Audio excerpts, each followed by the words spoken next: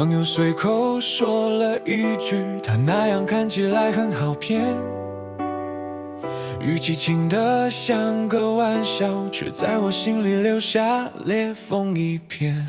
3天期限，一场大赌，他们笑得太过熟练，我想反驳却没开口，沉默成了最坏的默许瞬间。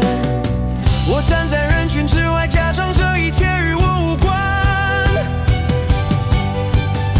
却没想到你会认真把真心交给不该的人。我只能眼睁睁看着喜欢的人被追走了，像一场早知道结局却没阻止的错。我只能眼睁睁看着他一步一步受伤了，那一刻才明白，不说话也是一种伤害。你笑着说也许没事，只是刚好不太适合。我听得懂那种逞强，比眼泪还让人难受。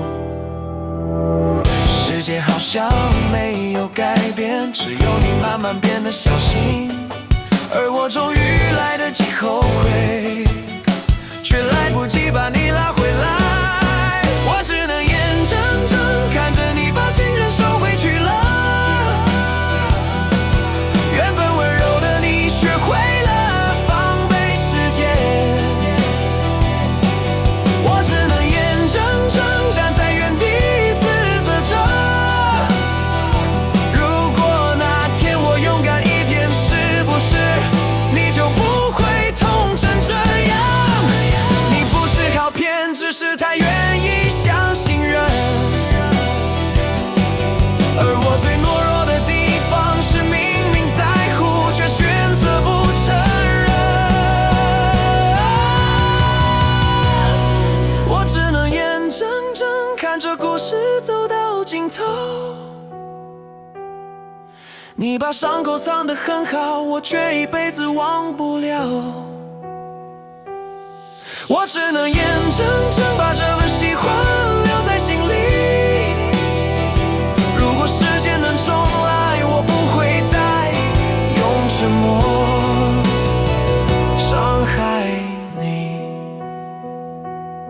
他一点都不好骗，只是那天我没有站出来。